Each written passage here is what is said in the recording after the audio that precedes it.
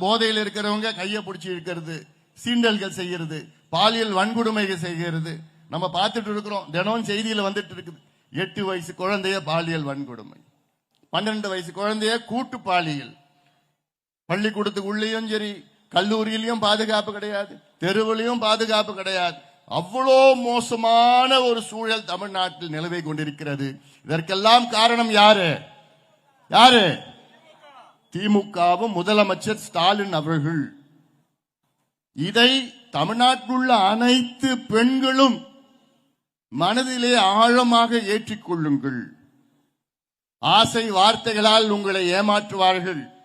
தேர்தல் நேரத்திலே பணத்தை அள்ளி வீசுவார்கள். கொள்ளையடித்த பணத்தை உங்களுக்கு வீடு வீடாக வந்து கொடுப்பார்கள். அப்படி கொடுத்தாலும், ஆசை வார்த்தைகள் பேசினாலும், நாடகம் நடித்தாலும், தமிழ்நாட்டில் உள்ள அனைத்து பெண்களும் ஒன்று மட்டும் ஞாபகம் வைத்துக் கொள்ளுங்கள். திமுக மீண்டும் தமிழ்நாட்டில் ஆட்சிக்கு வந்தால் உங்களுடைய பெண் குழந்தைகளை ஞாபகம் வைத்துக் கொள்ளுங்கள். உங்களுடைய பேத்திகளை ஞாபகம் வைத்துக் கொள்ளுங்கள். உங்களுடைய பிள்ளைகள், பேர பிள்ளைகளை ஞாபகம் வைத்துக் கொள்ளுங்கள். இந்த 4.5 ஆண்டு காலம் அவருடைய வாழ்க்கையை சின்ன பின்னமாக ஆக்கிவிட்டார்கள். எங்க பார்த்தாலும் போதை பழக்கம், கஞ்சா மாத்திரை, அபின் காக்கேன் மாத்திரைகள், பவுடர், என்னென்ன கிடைக்கிறதோ, அமெரிக்காவிலே என்னென்ன கிடைக்கிறதோ அத்தனையும் சென்னையிலே, தமிழ்நாட்டிலே தெரு துருவாக, வீதி வீதியாக, பள்ளிக்கூடம் வாசல், கல்லூரி வாசல்களில் கிடைக்கிறது. காரணம் முதலமைச்சர் ஸ்டாலின் அவர்களும் திமுக அரசும். இந்த நிலை தொடர்ந்தால் எல்லாம் உங்க பிள்ளைகளெல்லாம் மறந்துடுங்க. அடுத்த முறை இந்த தப்பு பண்ணீங்கன்னா, தமிழ்நாட்டு மக்களே, கடந்த சட்டமன்ற தேர்தலிலே ஒரு தப்பு பண்ணிட்டீங்க, சரி அது முடிஞ்சு போச்சு. இன்னும் இவங்களுக்கு ஒரு 4-5 மாதம் தான் இருக்கிறது. மீண்டும் இந்த தவறை தயவு செய்து செய்யாதீர்கள். அப்படி செஞ்சீங்கன்னா உங்க பிள்ளைகள், உங்க குடும்பத்தையே மறந்துடணும். நீங்க நாசம் பண்ணிட்டு இருக்கிறாங்க. இதை பெண்கள் மறக்க கூடாது. இதெல்லாம் ஞாபகம் வைத்துக் கொள்ளுங்கள். அடுத்தது நமக்கு சமூக நீதிக்கான உரிமை. சமூக நீதிக்கான உரிமை. சமூக நீதி என்றால் என்ன? சமூகத்தில் அடக்கப்பட்ட, ஒடுக்கப்பட்ட, வஞ்சிக்கப்பட்ட, தாழ்த்தப்பட்ட, பாதாளத்தில் இருக்கின்ற சமூகங்கள் முன்னேறிய சமூகங்களுக்கு நிகராக வளர வேண்டும், வளர்ச்சி அடைய வேண்டும். அதுதான் சமூக நீதி. எப்படி வளர முடியும்? எப்படி வளர்ச்சி அடைய முடியும்? இவர்கள் எந்த நிலையில் இருக்கின்றார்கள் என்று தெரிந்தால்தான் இவர்கள் வளர முடியும். எந்த நிலையில் இருக்கின்றார்கள் என்று தெரிவதற்கு கணக்கெடுப்பு நடத்த வேண்டும். அதை கண்டுபிடிக்க வேண்டும். கண்டுபிடித்தால்தான் இந்த சமுதாயம் வளரலப்பா, இது வேகமா வளர்ந்துருச்சுப்பா, சலவை தொழிலாளர்கள் ரொம்ப பாவப்பட்ட மக்களாக இருக்கின்றார்கள், அவங்க அந்த சமுதாயத்தில் யாருமே படிக்கலப்பா, முடி திருத்துகின்ற சமுதாயம் யாருமே பட்டதாரிகளா இல்லப்பா, அவங்க யாரும் வேலைக்கே போலப்பா, மலை குறவர்கள் இருக்கின்றார்கள், அவங்க பாவப்பட்ட சமுதாயமா இருக்கிறாங்க. எந்த அரசு வேலையில கூட அந்த சமுதாயத்தில் ஒருத்தர் கூட இல்லப்பா, அந்த சமுதாயத்தில் ஒரே ஒரு மருத்துவர் கூட வரல. இப்படியெல்லாம் தெரிய வேண்டும். எங்களுக்கு தெரியுது அங்கங்க, ஏன்னா எங்ககிட்ட செய்தி வருது. ஆனால் ஒட்டுமொத்தம் செய்தி சேகரிச்சு இந்த சமுதாயங்களுக்கு நலத்திட்டங்கள், கடன்கள், படிப்பு செலவு, வீடு கட்டுறது, இதெல்லாம் கொடுக்க வேண்டும் என்றால் இவங்க எந்த நிலையில் இருக்கிறாங்கன்னு தெரியணும். அதற்கு கணக்கெடுப்பு நடத்தணும். சாதி வாரி கணக்கெடுப்பு. சரி, உங்களுக்கு அந்த சாதின்னு அந்த பேரை பிடிக்கலன்னா சமூக நீதி கணக்கெடுப்புன்னு சொல்லிட்டு போங்க. பேர் எப்படின்னா சொல்லிட்டு போங்க. இதை திமுக கூட்டணி கட்சி காங்கிரஸ் தெலுங்கானா மாநிலத்தில் முதலமைச்சர் ரேவந்த் ரெட்டி அவர்கள் தலைமையிலே 2 மாதத்திலே எடுத்து முடித்து விட்டார்கள். கணக்கெடுப்பு, சாதிவாரி கணக்கெடுப்பு தெலுங்கானா மாநிலத்தில் 2 மாதங்களில் எடுத்து அந்த கணக்கெடுப்பில் 75 கேள்விகளை கேட்டார்கள். என்னென்ன கேள்விகள்? அனைத்து சாதிகளும் அங்கங்க ஒருத்தர் ஒரு குடும்பத்துக்கு போய் பார்ப்பாங்க, என்ன சமுதாயம், என்ன சாதி, அவங்க வீடு இருக்கா, குடிசையில் இருக்கிறாங்களா, வீட்டுக்குள்ள எத்தனை அறைகள் இருக்கிறது, எத்தனை சதுரம் இருக்கிறது, அதுல வீட்டுல கழிப்பறை இருக்கா, எத்தனை இருக்கு, வீட்டுக்குள்ள தண்ணி குடிக்கிற தண்ணி இருக்கா, கிணறு இருக்கா, போர் இருக்கா, அந்த வீட்டுல எத்தனை பேர் இருக்கிறாங்க, எத்தனை பேர் படிச்சிருக்கிறாங்க, எத்தனை பேர் முதல் பட்டதாரி, எத்தனை பேர் அரசு வேலையில இருக்கிறாங்க, தனியார் வேலையில எவ்வளவு சம்பளம் வாங்குறாங்க. இப்படி எல்லாம் 75 கேள்விகள் கேட்டு அப்படி பல சமுதாயங்கள் அவர்களுக்கு இடஒதுக்கீடை அதிகப்படுத்தியிருக்கின்றார்கள். தெலுங்கானாவில் பல பேருக்கு கடன் கொடுத்திருக்கின்றார்கள், பல பேருக்கு வீடு கட்டி கொடுத்திருக்கின்றார்கள், பல பேருக்கு வேலை வாய்ப்பை கொடுத்திருக்கின்றார்கள். இதுதானே உண்மையான சமூக நீதி. சமூக நீதி பத்தி வாய்க்கிழிய பேசுகின்ற திமுக, வாய்க்கிழிய பேசுகின்ற திமுக இனி உங்களுக்கு சமூக நீதி பற்றி பேசுவதற்கு தகுதி இழந்து விட்டீர்கள். தயவு செய்து சமூக நீதி பற்றி பேசாதீங்க. தந்தை பெரியாருடைய வாரிசு, சமூக நீதி எங்கள் உயிர் மூச்சு, அண்ணாவுடைய வாரிசு எல்லாம் வாய்க்கிழிய பேசாதீங்க. உங்களுக்கு பேசுவதற்கு தகுதி கிடையாது. ஒரு கணக்கெடுப்பு நடத்தி சமூக நீதியை நிலைநாட்ட முடிய துப்பு இல்லாத ஒரு திமுக கேட்டா எங்களுக்கு அதிகாரம் இல்லைன்னு ஒரு பொய்ய சொல்லிக் கொண்டிருக்கின்ற முதலமைச்சர் அவர்கள். யாருக்கு அதிகாரம் இல்ல? எந்த அதிகாரத்தில், எந்த சட்டத்தில் தெலுங்கானாவில் முடிச்சாங்க? எந்த சட்டத்தில்? கர்நாடகாவில் 2 முறை 10 ஆண்டுகளில் 2 முறை கணக்கெடுப்பு நடத்திட்டு இருக்கிறாங்க. பீகாரிலே கணக்கெடுப்பு நடத்தி முடிச்சிட்டாங்க. ஒரிசாவிலும் ஆந்திராவிலும் நடத்திட்டு இருக்கிறாங்க. அதுவும் இந்தியாவில் தானே இருக்குது, தமிழ்நாடு இந்தியாவில் தானே இருக்குது. அப்ப அந்த தெலுங்கானா, கர்நாடகா, ஆந்திரா, ஒரிசா, பீகாருக்கு சட்டம் இருக்கிறது என்றால் தமிழ்நாட்டுக்கு அந்த சட்டம் வராதா? யார் யார் ஏமாத்துறீங்க? உங்களுக்கு கணக்கெடுப்பு நடத்த துப்பு இல்ல, தைரியம் இல்ல. கோழை திமுக, கோழை திமுக, சமூக நீதி துரோகி விரோதி திமுக, சாதிவாரி கணக்கெடுப்பு நடத்த துப்பில்லாத கோழை திமுக. இது மக்கள் எல்லாம் தெரிந்து கொள்ள வேண்டும், அனைத்து மக்களும் தெரிந்து கொள்ள வேண்டும். ஏன் நான் சொல்றேன்னா, இது சமூக நீதி பிரச்சனை. இது ஏதோ ஜாதி பிரச்சனையோ மத பிரச்சனை கிடையாது. சமூக நீதி பிரச்சனை. இது படிப்பு பிரச்சனை, வேலை வாய்ப்பு பிரச்சனை.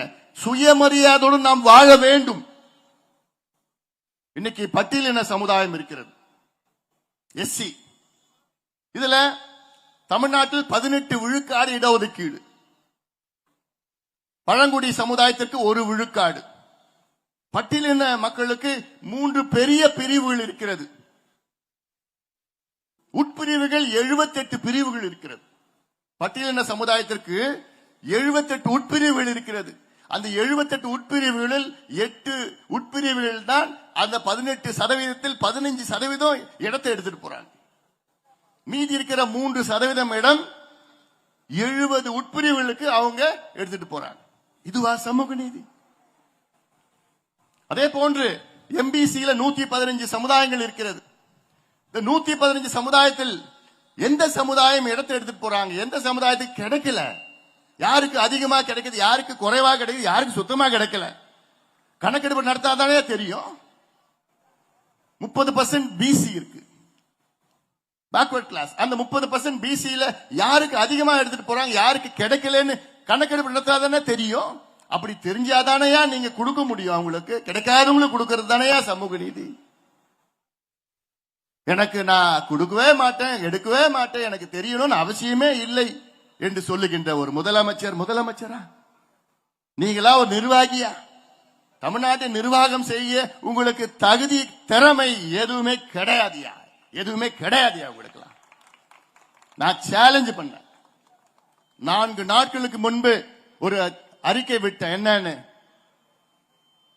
முதலமைச்சர் சட்டமன்றத்திற்குள் எனக்கு தமிழ்நாட்டில் சாதிவாரி கணக்கெடுப்பு நடத்த அதிகாரம் இல்லை என்று பொய் சொன்ன முதலமைச்சர் அவர்களுக்கு ஒரு அறிக்கை விட்டார். அந்த அறிக்கையில சொன்ன, ஒரு பொது மேடை போடுங்க, நான் வரேன், நீங்க வாங்க, இல்ல உங்க அமைச்சர்கள் யாராவது அனுப்பி வைங்க, அவங்க வர முடியலன்னா உங்க கட்சியில யார வேணா அனுப்புங்க, யார வேணா உங்க கட்சியில அனுப்புங்க, நான் வரேன். ஒரு மேடையை போட்டு ஒரு பொது விவாதம் நடத்தலாம். என்னன்னு, தமிழ்நாட்டு முதலமைச்சருக்கு சாதிவாரி கணக்கெடுப்பு நடத்த அதிகாரம் இருக்கிறதா இல்லையா? இந்த விவாதம் செய்ய நான் தயாரா இருக்கிறேன். நீங்க உங்க கட்சியில யாரோட அனுப்புங்க, நான் வரேன், வந்து விவாதம் பண்ணுவோம். நீங்க நியாயப்படுத்துங்க, நான் நியாயப்படுத்துறேன், மக்கள் முடிவு செய்வாங்க. தயாரா? முதலமைச்சர் ஸ்டாலின் அவர்களே, விவாதம் செய்வதற்கு நீங்கள் தயாரா? நான் தயார், நான் தயார். எங்க வேணா வர நான் தயாரா இருக்கிறேன்.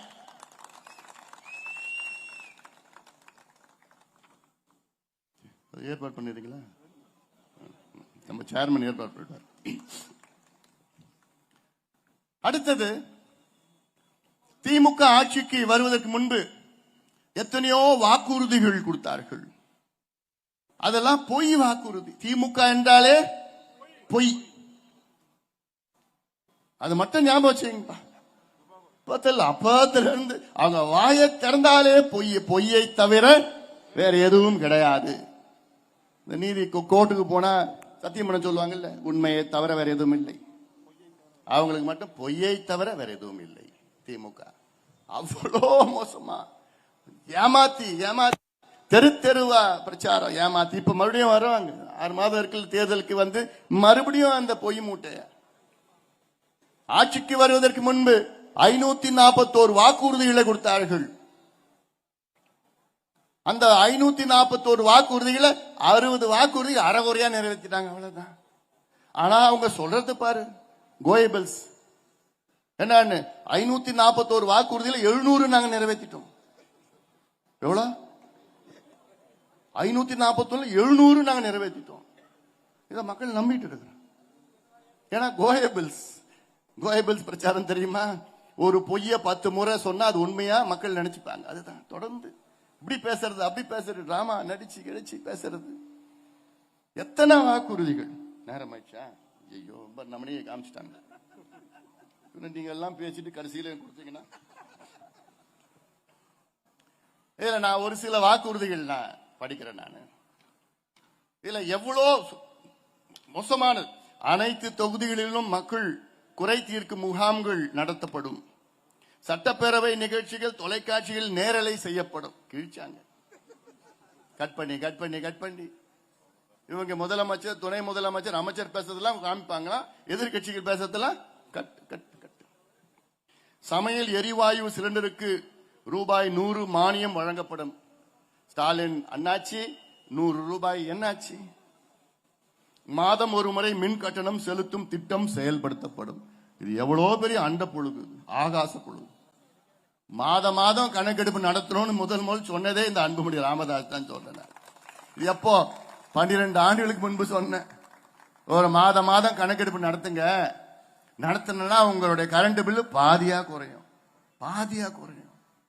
ஆனா இவங்க 2 மாதத்திற்கு கரண்ட் பில் போட்டு அதுல ஒரு ஸ்லாபை போட்டு, இந்த ஸ்லாபுக்கு மேல வந்துருச்சுன்னா இவ்வளோ, அப்புறம் அதுக்கு மேல டக்குன்னு போயிடுச்சு. அந்த மின்சாரத்துறையில மட்டும் 11 வாக்குறுதிகள் கொடுத்தாங்க.